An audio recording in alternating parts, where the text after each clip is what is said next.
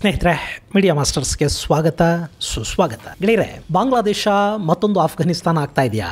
ಶೇಖ್ ಹಸೀನಾ ಅವರನ್ನ ನಿರಂಕುಶ ಆಡಳಿತಗಾರ್ತಿ ಅಂತ ಹೇಳಿ ಆಕೆಯಿಂದ ಸ್ವಾತಂತ್ರ್ಯ ಪಡ್ಕೋಬೇಕು ಅಂತ ಹೊರಟ ಬಾಂಗ್ಲಾದ ಜನರಿಗೆ ಈಗ ಈ ನೋಬಲ್ ಯೂನಸ್ ಅನ್ನೋ 84ರ ವಿರುದ್ಧ ಹದ್ದಾಗಿ ಕಾಡೋದಕ್ಕೆ ಶುರು ಮಾಡಿದ್ದಾನೆ. ಅಲ್ಲಿನ ಹೆಣ್ಣು ಮಕ್ಕಳ ಹಕ್ಕುಗಳನ್ನು ಕಿತ್ಕೊಳ್ಳೋದಕ್ಕೆ ಪ್ರಯತ್ನಗಳು ನಡೀತಾ ಇವೆ.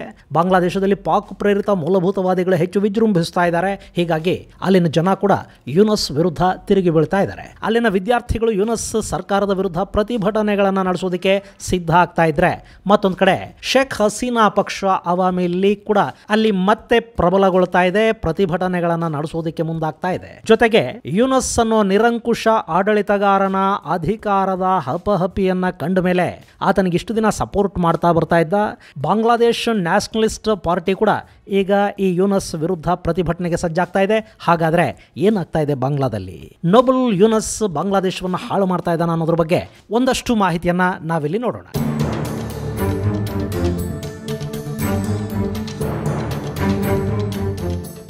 ಗೆಳೆಯರೆ, ಸುಮಾರು 30 ವರ್ಷಗಳ ಕಾಲ ಸೇನಾಡಳಿತದಿಂದ ದೂರ ಉಳಿದು ಪ್ರಜಾಪ್ರಭುತ್ವವನ್ನು ಕಂಡಿದ್ದ ಬಾಂಗ್ಲಾದೇಶವನ್ನ ಈ ಹಿಂದಿನ ಸೇನಾಡಳಿತಗಳಿಗಿಂತಲೂ ಕೆಟ್ಟ ಆಡಳಿತವನ್ನ ಕಾಣಬೇಕಾದ ಸ್ಥಿತಿಗೆ ಅಮೆರಿಕ ತಳ್ಳಿತು. ಅಲ್ಲಿನ ಚುನಾಯಿತ ಪ್ರಧಾನಿ ಶೇಖ್ ಹಸೀನಾ ವಿರುದ್ಧ ಅಮೆರಿಕದ ಡೀಪ್ ಸ್ಟೇಟ್ ಮಸಲತ್ತನ್ನು ಮಾಡಿತು. 6 ತಿಂಗಳ ಹಿಂದೆ ಬಾಂಗ್ಲಾದಲ್ಲಿ ವಿದ್ಯಾರ್ಥಿಗಳ ಹೆಸರಲ್ಲಿ ಪ್ರತಿಭಟನಾಕಾರರು ಬೀದಿಗಿಳಿದ್ರು, ದೇಶಕ್ಕೆ ಬೆಂಕಿ ಹಚ್ಚಿದ್ರು.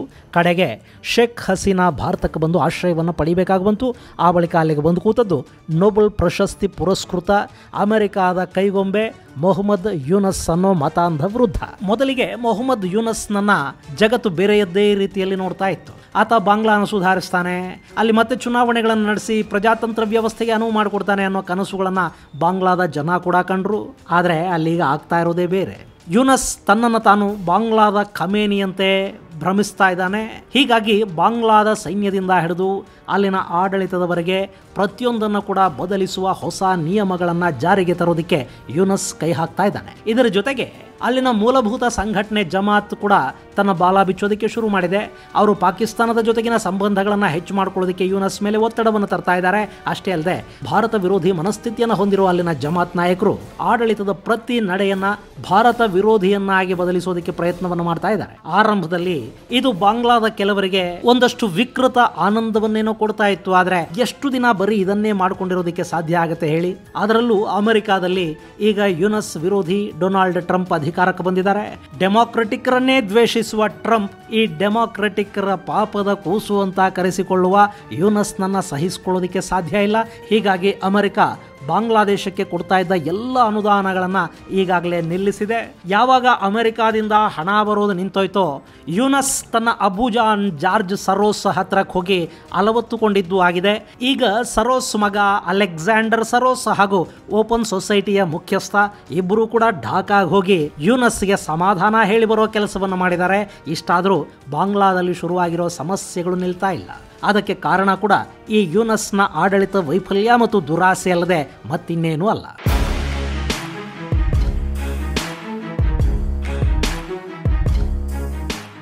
ಇದರ ಪರಿಣಾಮ ಏನಾಗ್ತಿದೆ ಅಂದರೆ, ಬಾಂಗ್ಲಾದೇಶದಲ್ಲಿ ವಿದ್ಯಾರ್ಥಿಗಳ ಪ್ರತಿಭಟನೆ ಆರಂಭ ಆಗಿದೆ.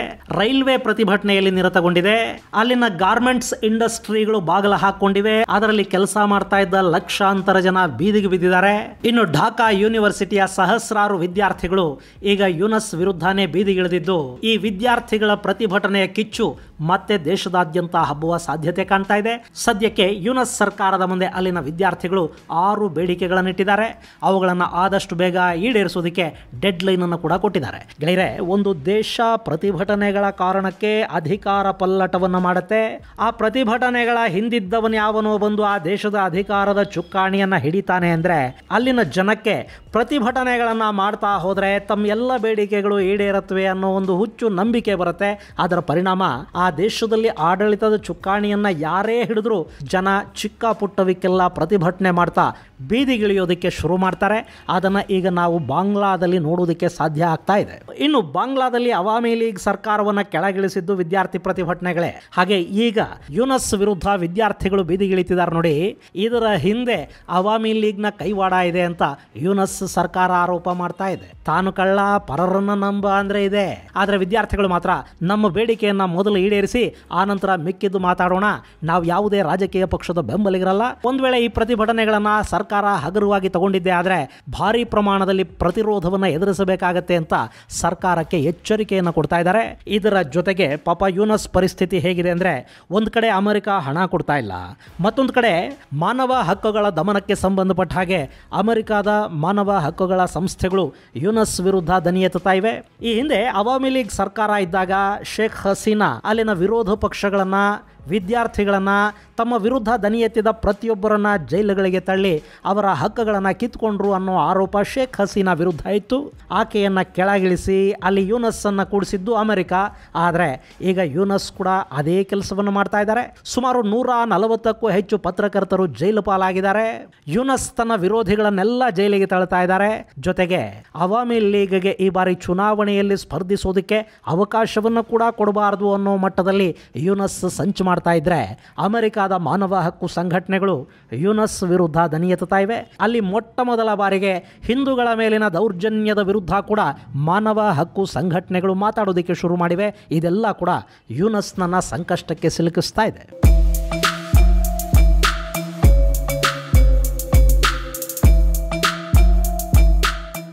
ಹೀಗೆ ಒಂದರ ಮೇಲೊಂದು ಸಂಕಷ್ಟಗಳು ಶುರುವಾಗ್ತಾ ಇರೋ ಹೊತ್ತಲ್ಲೇ ಅವಾಮಿ ಲೀಗ್ ಕೂಡ ಮತ್ತೆ ರಾಜಕೀಯ ಪುನರ್ಜನ್ಮವನ್ನು ಪಡೆಯೋ ಪ್ರಯತ್ನವನ್ನು ಮಾಡ್ತಾ ಇದೆ. ಹೇಗೂ ಈಗ ಅಮೆರಿಕ ಈ ಯೂನಸ್ನ ಬೆಂಬಲಕ್ಕೆ ನಿಲ್ಲೋದಿಲ್ಲ. ಒಂದು ವೇಳೆ ಅಲ್ಲಿ ಚುನಾವಣೆಗಳು ನಡೆದ್ರೆ ಅಟ್ಲೀಸ್ಟ್ ಒಂದು ರಾಜಕೀಯ ಪಕ್ಷಕ್ಕೆ ಅಧಿಕಾರ ಸಿಗುತ್ತೆ. ಅವರು ಯೂನಸ್ನ ಹಾಗೆ ಬೇಕಾಬಿಟ್ಟಿ ಅಧಿಕಾರ ಚಲಾಯಿಸೋದಕ್ಕಾಗೋದಿಲ್ಲ.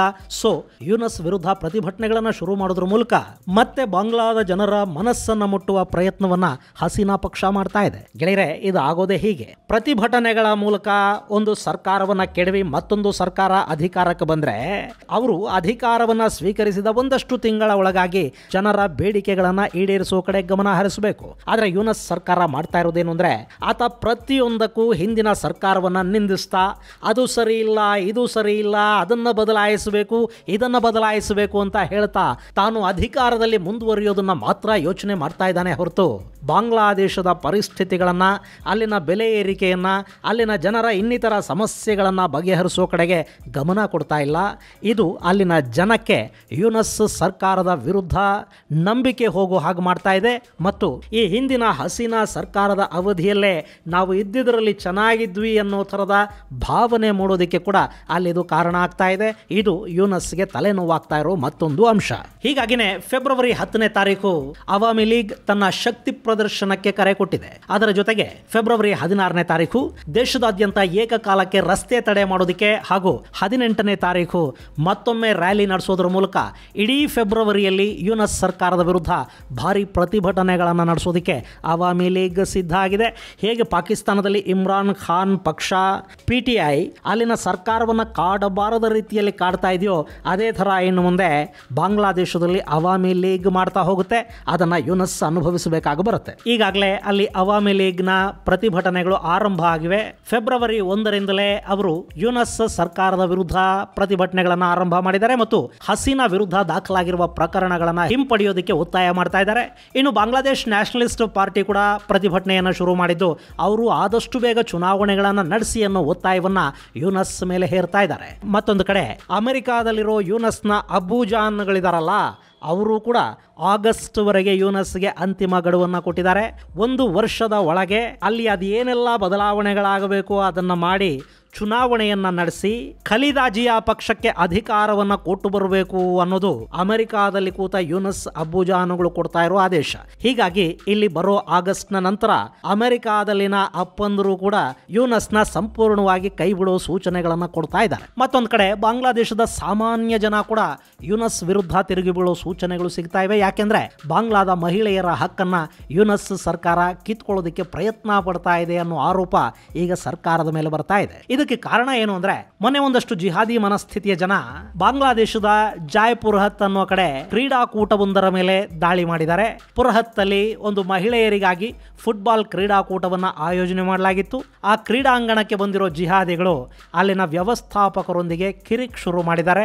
ಮಹಿಳೆಯರು ತಮ್ಮ ಮಿತಿಲಿರಬೇಕು, ಬುರ್ಖಾ ಹಾಕೊಳ್ಳದೆ ಅವರೆಲ್ಲಿಗೂ ಹೊರಗೆ ಬರೋ ಹಾಗೆ ಇಲ್ಲ, ಧರ್ಮದ ಕಟ್ಟಳೆಗಳನ್ನು ಅವರು ಪಾಲಿಸಬೇಕು, ಅದನ್ನು ಬಿಟ್ಟು ಹೀಗೆ ಫುಟ್ಬಾಲ್ ಆಡೋದಕ್ಕೆ ಬಂದರೆ ತಕ್ಕ ಪ್ರತಿಫಲವನ್ನು ಎದುರಿಸಬೇಕಾಗತ್ತೆ ಅಂತ ಕ್ರೀಡಾಕೂಟದ ಆಯೋಜಕರಿಗೆ ಎಚ್ಚರಿಕೆಯನ್ನು ಕೊಟ್ಟಿದ್ದಾರೆ. ಫುಟ್ಬಾಲ್ ಆಡಲೇಬೇಕು ಅನ್ನೋದಾದರೆ ಬುರ್ಖಾ ಹಾಕ್ಕೊಂಡು ಆಡಲಿ ಅನ್ನೋದು ಈ ಜಿಹಾದಿಗಳು ಹೇಳ್ತಾ ಇರೋ ಮಾತು. ಈ ಸುದ್ದಿ ಕಾಳ್ಗಿಚ್ಚಿನಂತೆ ಜಾಯ್ಪುರ್ಹತ್ನಲ್ಲಿ ಹಬ್ಬಿದೆ.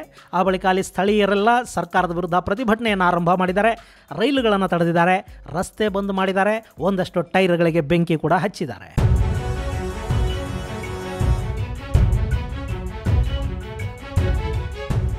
ಇನ್ನು ಈ ಬಗ್ಗೆ ಬಾಂಗ್ಲಾದಲ್ಲಿ ಪರ ವಿರೋಧ ಚರ್ಚೆಗಳು ಆರಂಭ ಆಗಿವೆ. ಕ್ರೀಡೆಗೆ ಮತದ ಅಮಲನ್ನ ಬಳಿಬಾರದು ಅಂತ ಕೆಲವರು ಹೇಳ್ತಾ ಇದ್ರೆ, ಇಲ್ಲಿ ಹುಡುಗಿಯರು ಫುಟ್ಬಾಲ್ ಆಡೋದು ಇಸ್ಲಾಮಿಗೆ ವಿರುದ್ಧ, ಹೀಗಾಗಿ ಒಂದಷ್ಟು ಮಂದಿ ಅದಕ್ಕೆ ಅಡ್ಡಿಪಡಿಸಿರಬಹುದು ಅಂತ ಮದರಸಾ ಒಂದರ ಮುಖ್ಯಸ್ಥ ಅಬು ಬರ್ರಕ್ ಸಿದ್ದಿಕಿ ಅನ್ನೋನು ಹೇಳಿದ್ದಾನೆ. ಅಷ್ಟೇ ಅಲ್ಲದೆ ಇಸ್ಲಾಮಿಗೆ ವಿರುದ್ಧವಾಗಿರುವ ಎಲ್ಲ ಕೆಲಸಗಳನ್ನು ನಿಲ್ಲಿಸೋದು ನಮ್ಮ ಕರ್ತವ್ಯ, ಅದನ್ನು ನಾವು ಮಾಡ್ತಾ ಇದ್ದೀವಿ, ಮಾಡೇ ಮಾಡ್ತೀವಿ ಅಂತ ಕೂಡ ಈ ಸಿದ್ದಿಕಿ ಹೇಳಿರೋದು ಸಾಕಷ್ಟು ಆಕ್ರೋಶಕ್ಕೆ ಕಾರಣ ಆಗ್ತಾ ಇದೆ. ಇದೇ ರೀತಿ ದಿನ್ಜಾಪುರದಲ್ಲಿ ಕೂಡ ಮಹಿಳೆಯರಿಗಾಗಿ ನಡೀತಿದ್ದ ಕ್ರೀಡಾಕೂಟವನ್ನ ಇಸ್ಲಾಮಿಕ್ ಮೂಲಭೂತವಾದಿಗಳು ನಿಲ್ಲಿಸಿದ್ದಾರೆ ಅನ್ನೋ ಮಾಹಿತಿ ಹೊರಬೀಳ್ತಾ ಇದೆ. ಇದೆಲ್ಲವನ್ನ ನೋಡ್ತಿರೋ ಅಲ್ಲಿನ ಸಾಮಾನ್ಯ ನಾಗರಿಕರು ಜಿಹಾದಿಗಳ ವಿರುದ್ಧ ಪ್ರತಿಭಟನೆಗೆ ಮುಂದಾಗಿದ್ದಾರೆ. ಗೆಳೆಯರೆ, ವಿಪರ್ಯಾಸ ಅಂದ್ರೆ ಇದೇನೆ. ಕೆಲವೇ ತಿಂಗಳುಗಳ ಹಿಂದೆ ಅಲ್ಲಿ ಹಸೀನಾ ಸರ್ಕಾರ ಪತನಗೊಂಡು ಪ್ರತಿಭಟನೆಗಳು ಹೆಚ್ಚಾದವಲ್ಲ, ಆ ಸಂದರ್ಭದಲ್ಲಿ ಮತಾಂಧರು, ಮೂಲಭೂತವಾದಿಗಳು ಅಲ್ಲಿನ ಅಲ್ಪಸಂಖ್ಯಾತರ ಮೇಲೆ ವಿಪರೀತ ಪ್ರಮಾಣದಲ್ಲಿ ದಬ್ಬಾಳಿಕೆಗಳನ್ನ, ದೌರ್ಜನ್ಯಗಳನ್ನ ನಡೆಸಿದ್ರು. ಅಲ್ಪಸಂಖ್ಯಾತರ ದಮನದ ಕೆಲಸ ನಡೀತು. ಮಂದಿರಗಳನ್ನ, ಚರ್ಚುಗಳನ್ನ, ಬೌದ್ಧ ವಿಹಾರಗಳನ್ನ ನಾಶ ಮಾಡಲಾಯಿತು. ಅಲ್ಪಸಂಖ್ಯಾತರ ಕಗ್ಗೊಲೆಗಳಾದವು. ಇಸ್ಕಾನ್ನ ಸಂತ ಚಿನ್ಮಯ್ ಕೃಷ್ಣದಾಸ್ ಸೇರಿದ ಹಾಗೆ ಸಾಕಷ್ಟು ಮಂದಿಯನ್ನ ಜೈಲುಗಳಿಗೆ ತಳ್ಳಲಾಯಿತು. ಇಷ್ಟೆಲ್ಲ ಆಗ್ತಾ ಇದ್ದಾಗ ಅಲ್ಪಸಂಖ್ಯಾತರ ಮೇಲಿನ ದೌರ್ಜನ್ಯ, ದಬ್ಬಾಳಿಕೆಗಳನ್ನು ನೋಡಿ ಎಂಜಾಯ್ ಮಾಡ್ತಾ ಇದ್ದ ಬಾಂಗ್ಲಾದೇಶದ ಸಾಮಾನ್ಯ ನಾಗರಿಕ ಈಗ ಅದೇ ಮೂಲಭೂತವಾದಿಗಳ ಮತಾಂಧತೆಯ ಬಿಸಿ ತನ್ನ ಬುಡಕ್ಕೆ ಬರ್ತಿದ್ದ ಹಾಗೆ ಎಚ್ಚೆತ್ತುಕೊಂಡಂತೆ ಕಾಣ್ತಾ ಇದ್ದಾನೆ. ಯೂನುಸ್ ಸರ್ಕಾರದ ವಿರುದ್ಧ ಪ್ರತಿಭಟನೆಗಳನ್ನು ಮಾಡೋದಕ್ಕೆ ಮುಂದಾಗ್ತಾ ಇದ್ದಾನೆ. ಹಾಗೆ ಬಾಂಗ್ಲಾದೇಶದ ಈ ಆಡಳಿತ ನಮಗೆ ಅಫ್ಘಾನಿಸ್ತಾನದ ಆಡಳಿತವನ್ನು ನೆನಪು ಮಾಡ್ತಾ ಇದೆ.